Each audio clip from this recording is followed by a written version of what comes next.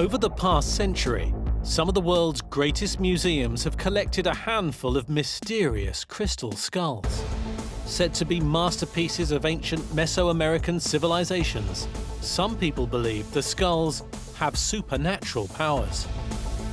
You can't help to be skeptical about the crystal skulls, but what if it's true? What if they are ancient and otherworldly? Many amazing legends have formed around the crystal skulls, and today believers claim to be able to harness their ancient powers. It works not only on your physical body, but it also works on your mental, your psychic, and your spiritual body. I went into an altered state. I was being lifted through the dimensions. But what is the truth? Are the crystal skulls just modern fakes? Or are they genuine ancient artifacts that possess extraordinary powers? It's just not credible, and I would say not scientifically possible. They're modern, post-Columbus. Whether we believe the legends of the crystal skulls or not, we're fascinated by the fact that it just might be true. These things could be ancient, they could be powerful, they could be evil. And what if they were? How amazing would that be?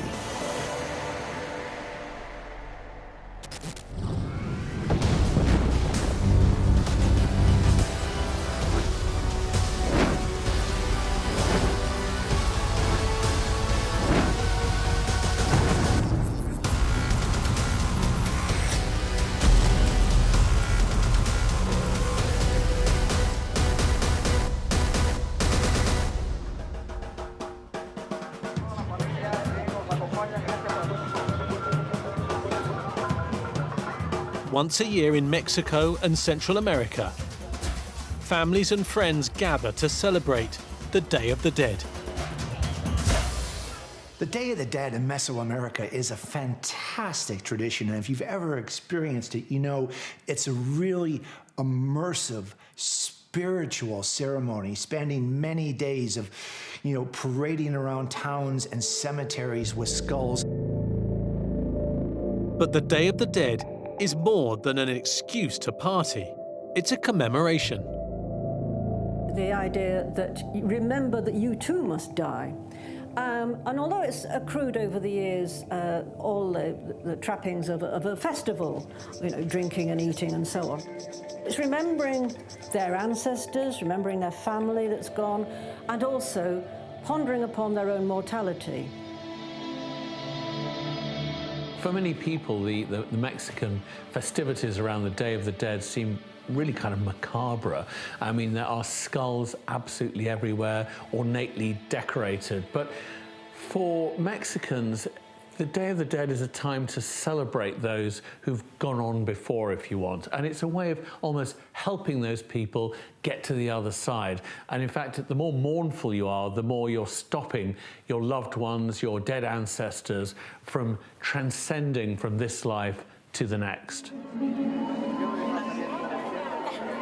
But some claim that pre-Columbian Aztecs and Mayan rituals used a very different type of skull, made of crystal.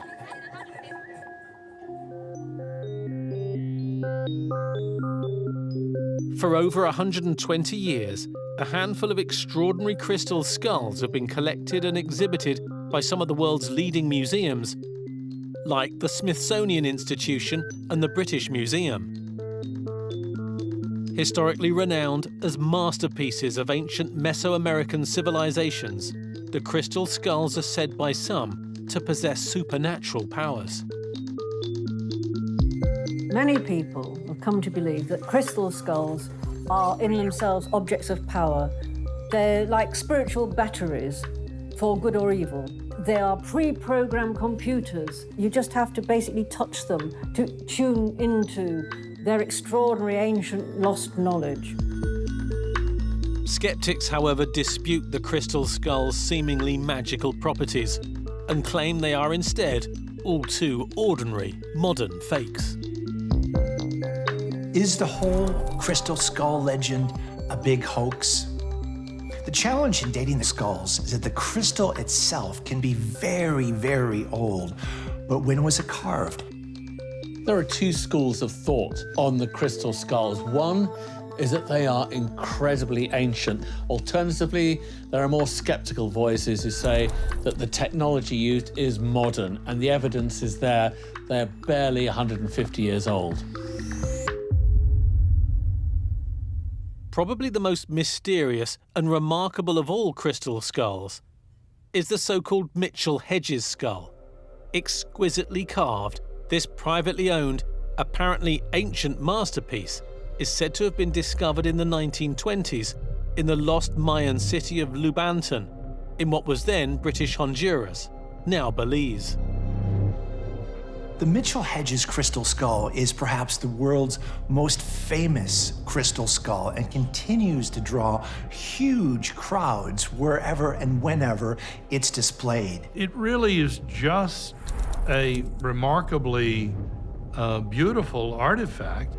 The original discoverer of the skull in the 1920s was said to be the British adventurer and popular author F.A. Mitchell Hedges, who later wrote about the skull and his explorations at Lubanton in his lurid and melodramatic 1950s autobiography, Danger, My Ally. In his memoirs, Mitchell Hedges stipulates that the skull is over 3,000 years old and is the embodiment of evil. In fact, he calls it the skull of doom. Mitchell Hedges also said in his memoirs that according to local legend in Lubanton, the skull of doom was used by the ancient Mayan high priests to perform dark and esoteric rituals. Mitchell Hedges was a kind of stereotype of the pipe smoker who just would take a puff on his pipe and then tell some whopping tall tale.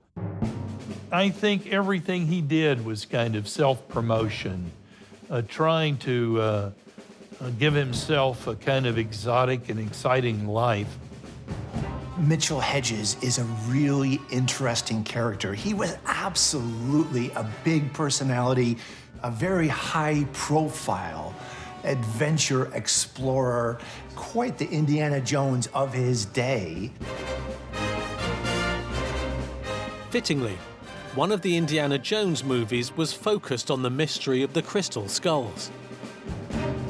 The Indiana Jones movie about the crystal skulls certainly added to the oomph behind the whole crystal skull story. As told by the Mitchell Hedges family, the drama surrounding the discovery of the crystal skull in the 1920s rivaled any Indiana Jones plotline. Ironically, today, the current owner of the Skull of Doom lives in Indiana. Bill Homan regularly does public tours with the skull, spreading its fame. He is the widower of Mitchell Hedges' daughter, Anna, who died in 2007. Anna inherited the crystal skull after her father's death, and when Bill first met her in the 1980s, they bonded over their reverence for the skull and its legendary powers. Yeah, we would sit at a picnic table in the backyard with the skull, and we'd sit there and talk, and it'd be just the skull and Anna and myself. And as we were talking, and somebody took a picture of it, if you look at the skull, to me, it looks like a little baby sitting there right between us. Can you see that? Anna Mitchell Hedges explained to Bill that at the age of 17, she had accompanied her father during his explorations in Belize. And she told Bill that it was she, not her father, who had originally discovered the skull in Lubanton's tallest pyramid. Anna, an adventurous little girl which she was, snuck to the top of this pyramid. And all of a sudden the sun moved behind this cloud and came straight down into the rocks. And inside the pyramid was a big light. And she ran down to tell her father. He got all the men up, and it took them like 6 weeks to make a small hole in the top of the pyramid. And Anna was chosen, being a small person. They tied a rope around her and lowered her into this pyramid, this completely dark, hadn't been open for 1,000 years. And she's going down, down into it. And she feels around and finds something. And when they bring her back up and the sun hits the skull, the Mayans started crying and kissing the ground. It's like their God had returned. Since Anna's death, Bill has carefully treasured the crystal skull that her father initially called the Skull of Doom. It was due to its apparent powers of healing, however, that Bill and Anna renamed it the Skull of Love. Anna's claims that she attributed to the skull are really quite incredible. For a start, she said it could cure cancer. For the last 7 years of her life, she trained me on what to do with the skull, how to take care of the skull, and what she expected. She didn't want it to go to a museum, because in a museum it'd be on a 1-inch thick glass, and she felt that the skull needed to be around people. And it has an important job to do right now. It works not only on your physical body, but it also works on your mental, your psychic, and your spiritual body, because it works on your heart chakra. You have to see it to really understand it.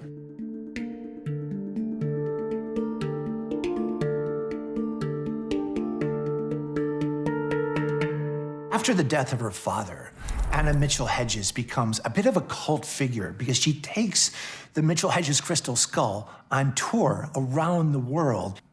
Anna went on to marry Bill Holman, and after Anna's death, Bill has continued the tradition of the Mitchell Hedges crystal skull going on tour. People perform meditations with it, and it continues to be even more of a New Age icon than it ever was in Anna's time. Today, when it isn't out on tour for healing sessions, the Skull of Love is kept securely padlocked in Bill Holman's house. Bill claims that quartz rock crystal, from which all crystal skulls are carved, has remarkable scientific properties. Quartz, he says, can store and transmit ancient wisdom and energy, helping to explain the crystal skull's healing powers. As far as healing, I don't want to say, oh, you come here, you're going to get healed. That doesn't work that way. The skull has its own program, its own agenda. If there's 20 people in the room, the skull will affect each one in a different way. So it's not like one thing fits all, but it's very, very individual. Sometimes when people have a problem in the physical world, it's caused by something maybe psychically or maybe even spiritually. So where the healing goes is where it needs to go, and it's very, very unusual how it changes people, because it shows your inner self, who you are, and what your capabilities are. I tell people, once you see it, you'll never, ever forget it, and that seems to be the case. The assertion that the Skull of Love has the power to heal is a remarkable claim. How could it be possible? Bill believes the scientific properties of quartz provide the explanation. It's piezoelectric quartz. Is the same kind of quartz that they make computer chips out of. And so this is like a supercomputer. And if we had the knowledge to understand how it was programmed, I would think we would be able to use it for a lot of good things for mankind right now. Bill believes the ancient wisdom programmed into the Skull of Love over 1,000 years ago has been stored within the skull ever since, as a result of the crystal's piezoelectrical properties. There's no doubt that crystals appear to have qualities unique to them. They're special, but that doesn't mean that a crystal skull has magical powers. Material scientist and artist Ashwini Baratula is an expert on the crystal's genuine piezoelectrical characteristics. So what happens with piezoelectric materials is that if you take these crystals, like quartz, for example, and you make a slice out of this crystal and kind of press down upon it or squeeze on it, it generates positive and negative charges on the opposite sides of the crystal. So now you have something like a tiny battery or a power source. The cuts that you make in these crystals have to be extremely precise and done in a certain way. The higher the force you apply, the greater the voltage. The reverse also applies.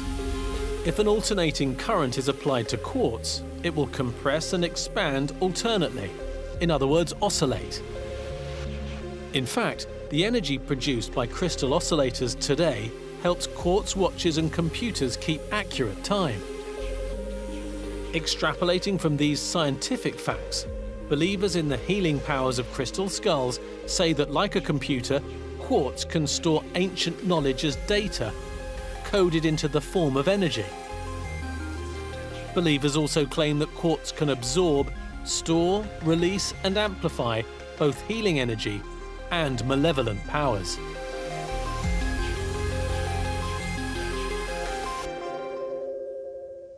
Many people do believe that these crystals have healing properties and that different varieties of quartz will bring benefits to different parts of your body, if you will. Personally, I'm skeptical about these claims because of the basic disconnect that exists between the claims and the scientific basis for them. But believers in the power of crystal skulls emphasize that even if crystals' therapeutic properties can't be scientifically explained, they've been accepted for thousands of years. In many ancient cultures, people wore crystal amulets to ward off illness and negative energy, and the practice remains popular today. People believe that by owning a certain type of rock or crystal, that it would maybe cure a disease or would give them good fortune. And this has been revived in recent decades with kind of esoteric and new age beliefs, and it's now a vast industry. And if you're convinced that a small crystal can have a certain curative healing power, then imagine a skull, a quartz skull. I mean, just the power of that imagery allied to its physical properties goes a long way to explain why people ascribe a huge amount of significance to these objects.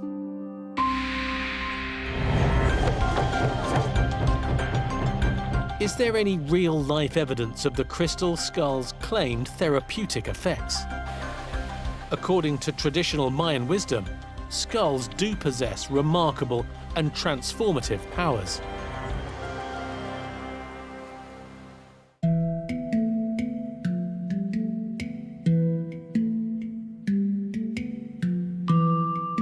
Even today, they are said to possess supernatural powers, both malevolent and healing, partly as a result of the claimed scientific properties of quartz.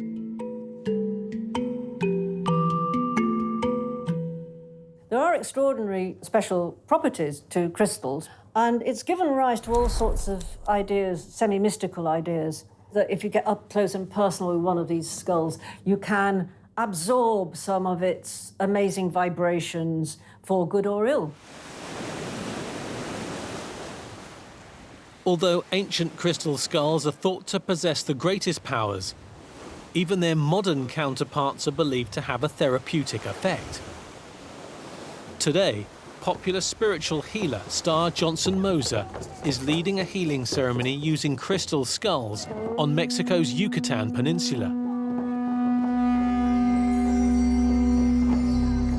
In the course of the ceremony, all of these crystals on the altar will be amplifying the healing energy, the Holy Spirit, the universal life force, whatever you want to call it.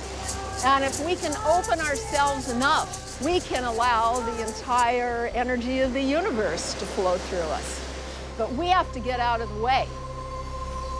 Star has chosen this location for the healing ceremony because 1,000 years ago, this region was a cultural stronghold of the ancient Maya, who are said to have originally harnessed the powers of crystal skulls.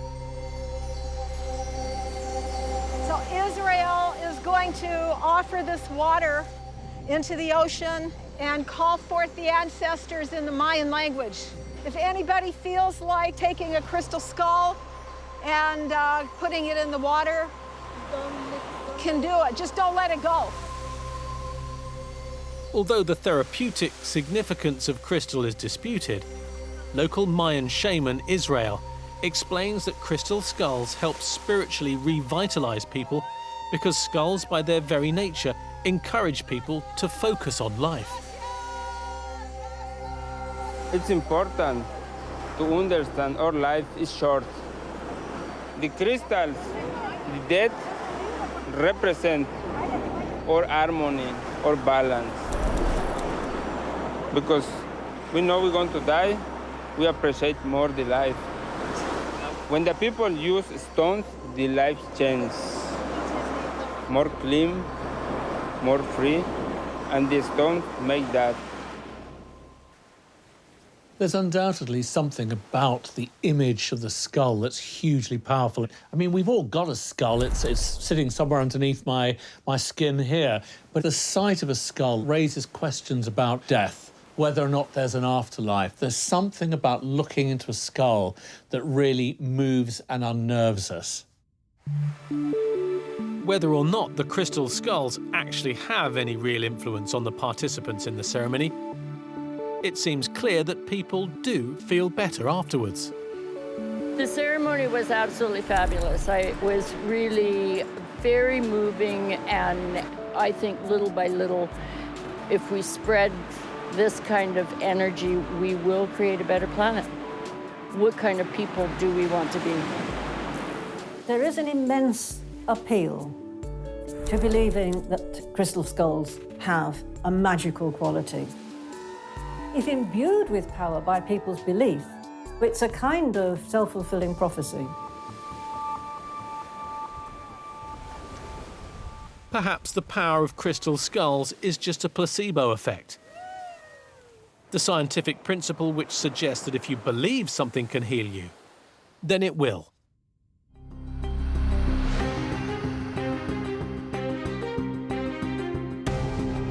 Although believers feel all crystal skulls, even modern ones, can have a healing effect, the supposedly ancient Mesoamerican crystal skulls are said to have much greater powers. But are these legendary crystal skulls truly ancient, or are they nothing more than modern fakes? Nobody wants to be a spoilsport and say, you know, these skulls are not as old as it's claimed. But, of course, it's hugely important to the museums, to the British Museum, because they can't put skulls on display claiming they're thousands of years old when they're nothing of the sort. In recent decades, scientific techniques have been developed to date the crystal skulls.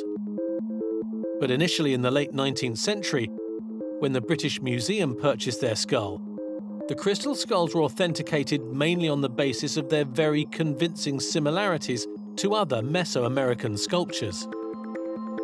Anybody who's been to historic sites in Mexico or Central America will have seen plenty of skulls. I mean, they pop up over and over again in pre-Columbian art. So the idea of skulls being made by these peoples is not outlandish. Nevertheless, the problem with these crystal skulls, all of them, even the ones held by museums, is that there just isn't enough evidence of real archaeology having been behind their discovery. The only account that we have of the discovery of a crystal skull is the Mitchell Hedges skull, and even that is called massively into question. Until the end of her life, Anna Mitchell Hedges stuck by her story of the skull's discovery. She claimed that during the 1920s, when her father was exploring the lost ancient Mayan city of Lubantan in what is now Belize, she found what he called the Skull of Doom. But Anna's story was never corroborated by anyone else who was at Lubantan at the time. None of the archaeologists working at the Mayan temple site make any record of a discovery of a crystal skull. And of course you would, right? So there's all kinds of uncertainty, and rightfully so, that's been levied against where did this alleged Mayan crystal skull actually come from. The British Museum crystal skull, meanwhile, was purchased in the late 19th century via an antiques dealer. But from which ancient archaeological site it was excavated, if any, is unclear. It would be possible to radiocarbon date a crystal skull by examining organic material in the layer of earth it was dug up from. But without this option, skeptics have had to rely on less certain, recently developed methods to test the age of the crystal skulls.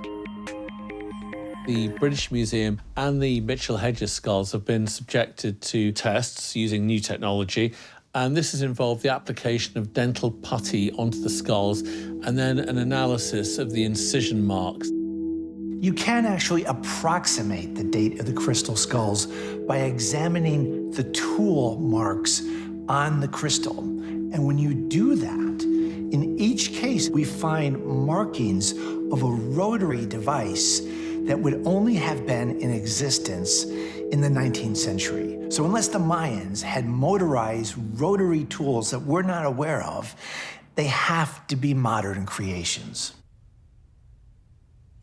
There's a scale called the Mohs hardness scale. It's a scale of how hard minerals are from 1 to 10. Silica dioxide, which is quartz crystal, this is a 7. That's pretty high.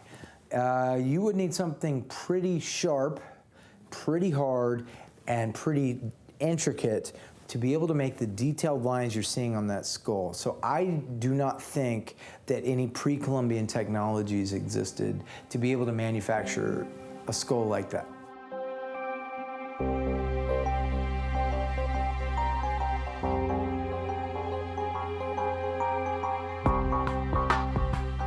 The scientific judgment that motorized tools were used to carve the crystal skulls, and they are therefore modern, is accepted by most observers.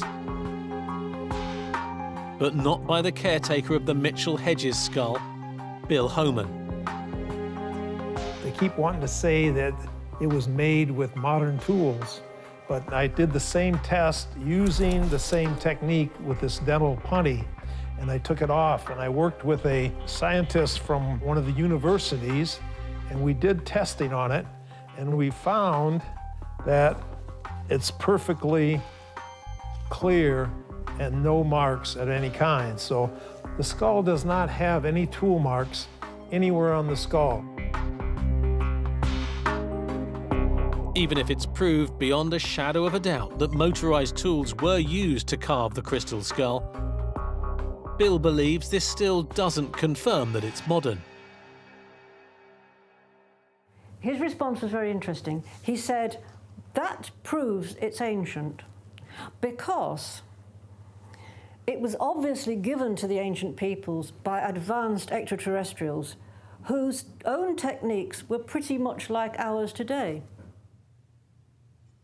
The crystal skulls are of such incredible perfection, and they've been crafted in such an exact way that some claim that extraterrestrials could have been involved in the making of these skulls.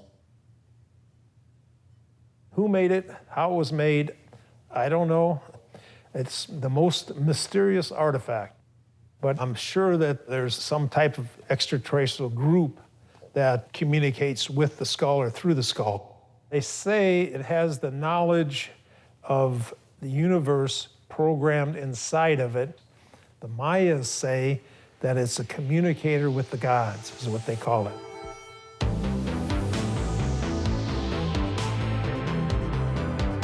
It's certainly a remarkable claim that aliens may have created the Skull of Love and the other ancient crystal skulls.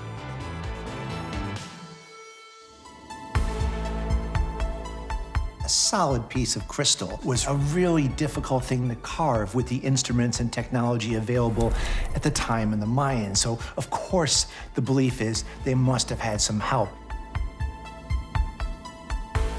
Legends have been forming around the mysterious crystal skulls for over a century. From stories of their discovery to Mayan esoteric rituals. But could the ancients really have received otherworldly guidance in order to create them? Those who believe that alien intelligence shaped the crystal skulls point to what they claim is corroborating evidence found in a remarkable document known as the Dresden Codex.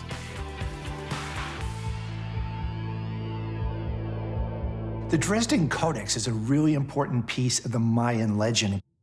It's the oldest surviving piece of pre-Columbian literature. And what's significant about it is that it refers to a really elite level of knowledge that the Mayans had in terms of astronomy, detailed descriptions about the transit of Venus and eclipse table predictions, really intricate stuff. People believe there's no way the Mayans could have known that. Thus, they must have been guided by extraterrestrials. According to Bill Homan, Mayan legend suggests something more specific about the Mitchell Hedges skull. The so-called Skull of Love may not only have connections with aliens, it may also have been created in the lost sunken kingdom of Atlantis. The Maya believe that it was brought to their homeland by a people whose land had gone under the sea many, many years ago. There was a main area of Atlantis, and that, I believe, was probably around the Bahamas. And this skull probably has something to do with the Bermuda Triangle and the energy down there, the strange energy that they're finding. From what I understand, the skull was created for a Atlantean high priest that was loved very much. And they took his physical skull and they used that as a mold to build the crystal skull. So you see in the skull, there's all the bumps that a regular skull has. If you look in the eyes of the skull, it like takes you into a world, some other kind of world. So it's pretty amazing that way. Believers in the crystal skull's supernatural powers can find themselves apparently being transported by the skulls into mysterious altered states. One such occurrence was experienced by spiritual healer Star Johnson Moser when she was invited for a personal session with the Skull of Love in order to learn from the ancient wisdom supposedly programmed into it. When I was actually with the skull and was downloading frequencies from it, I went into an altered state, and I was lifted. I was being lifted through the dimensions. And I found myself in this incredible solar temple. And as I was speaking the language, flowers were coming out of my mouth. And people were there receiving the flowers and being blessed by the sacred language. So that was my experience with the Mitchell Hedges skull. Every skull is different. And what I believe about the so-called ancient skulls, they have more experience because they're like holographic computers. They store information. They're like living libraries of the planet. There's some debate as to whether the Mitchell Hedges skull is ancient or not. But definitely some higher level of consciousness went into that skull and transmitted that information, They're receivers. So it doesn't really matter to me if they're ancient or what. I've learned through this work to have a different concept of time because time is an illusion. It's all happening simultaneously. Skeptics believe that time and dates are important, however. Anna Mitchell Hedges, for example, claimed that she'd found the relic her father called the Skull of Doom at the lost ancient Mayan city of Lubantan in the 1920s. But skeptical investigator Joe Nickel has discovered evidence which he believes indicates that this story cannot be true. The Mitchell Hedges skull has nothing to do with the Mayans. It's at the center of an incredible hoax. What is the supposedly conclusive evidence suggesting that the Mitchell Hedges skull is not what it's claimed to be? And if this and the other famous crystal skulls are really fakes created in the modern era, who made them? How? And why?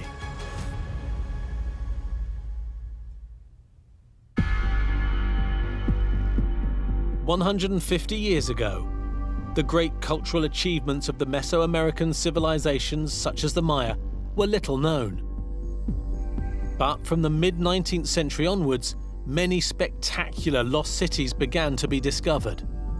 Soon a handful of mysterious crystal skulls appeared on the art market and were bought by some of the world's greatest museums.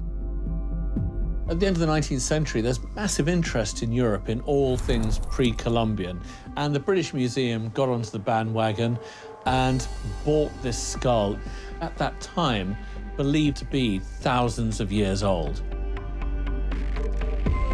With no scientific techniques at the time to accurately date it, nor proof of where it was found, the British Museum skull was originally authenticated mainly because it exhibited traits matching an ancient Mesoamerican obsession with skulls. Another famous crystal skull came to light in the 1950s, when adventurer Frederick Mitchell Hedges wrote about the Skull of Doom in his autobiography. His daughter Anna said she'd found the skull in the 1920s, hidden in an ancient Mayan pyramid at Lubanton, in what's now Belize. Sadly, it would appear as though the story of the crystal skull is not what we were led to believe. Documentation confirms that Frederick Mitchell Hedges purchased the crystal skull in 1943 at a Sotheby's auction. It was skeptical investigator Joe Nickel who did the detective work to find out the truth about the origins of the Skull of Doom, later renamed the Skull of Love. It turned out that Mitchell Hedges had bought this skull from an art dealer named Sidney Burney. But when contacted by Nickel about his findings, Mitchell Hedges' daughter Anna stood by her story of the crystal skull's discovery. She told him that she'd found the skull in the 1920s, inside the Mayan pyramid at Lubanton. Her father gave it to Burney as a security for a loan and then later bought it back at Sotheby's. We asked her if she had any kind of documentary proof. No, it had all been destroyed in a hurricane. Whatever the truth is, skeptics point to the scientific tests indicating that both the Mitchell Hedges and British Museum skulls were carved using motorized tools, which ancient Mesoamerican civilizations didn't possess. There's also further scientific evidence published in 2008. Using Raman spectroscopy, the British Museum skull's chemical properties were tested.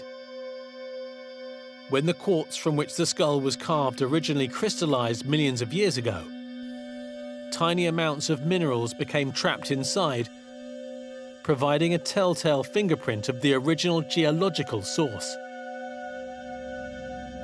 The chemical properties of the quartz from which the skull is made suggests that the raw material came from either Brazil or Madagascar, and frankly, neither of those two places were anywhere near the Mayan Empire, and it's unlikely that the Mayans had anywhere like that kind of reach.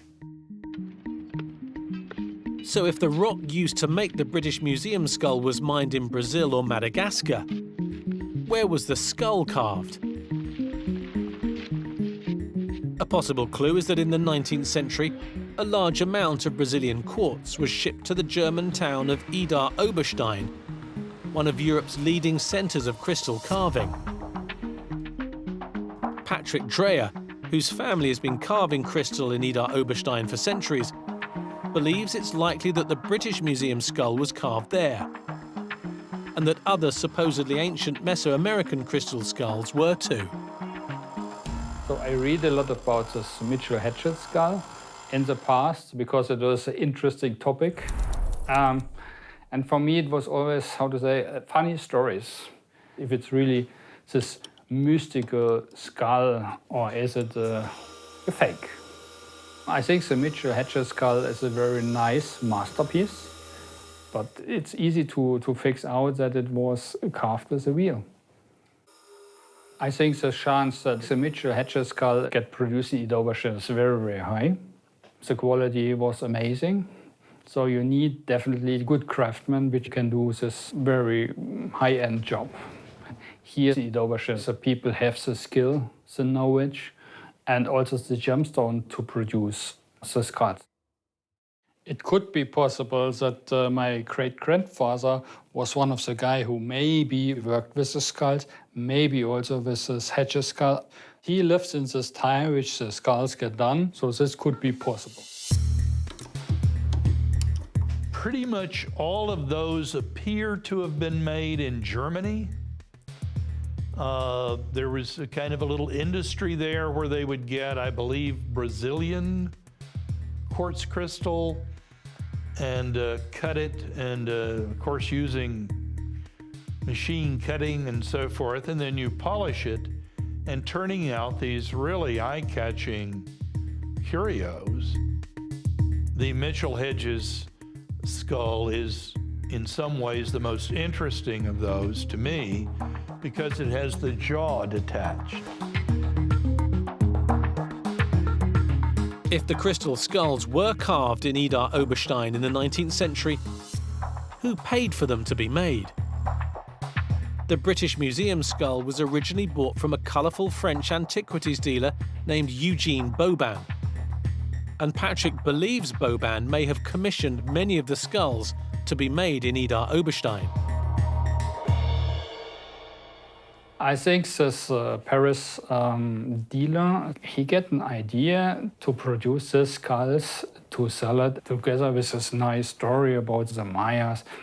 Our gemstone carvers learned in Paris around 1870, 1871, the technique of gemstone carving. So it was easy that this guy gives the orders here to produce the skulls in Idar Oberstein. Later, for sure, he sells the skulls as original found in Mexico to earn money. Eugene Boban sold some crystal skulls. He sold them for profit and ends up having helped create an enduring mystery. The British Museum now accepts that their crystal skull isn't genuinely ancient and may well have been carved for Eugene Boban in Idar Oberstein in the 19th century.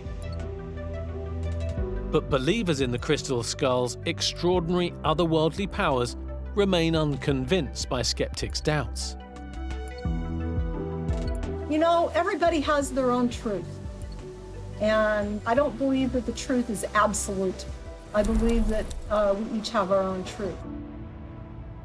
The fact is that it works on people's hearts and opens them up and gives them a feeling of hope. I think it's really a good thing, and that's why I work and bring it around so people can experience this. Whether we believe the legends of the crystal skulls or not, we're fascinated by the fact that it just might be true. However, now we understand that the truth may not be as romantic or as adventurous as we were led to believe. Even though scientific evidence suggests the crystal skulls are modern fakes, believers remain convinced that the skulls have ancient supernatural powers. It seems inevitable that people will continue to believe what they want to believe. Some people really do feel affected by their reputed powers. So whatever the truth is, the legendary crystal skulls will surely long be treasured.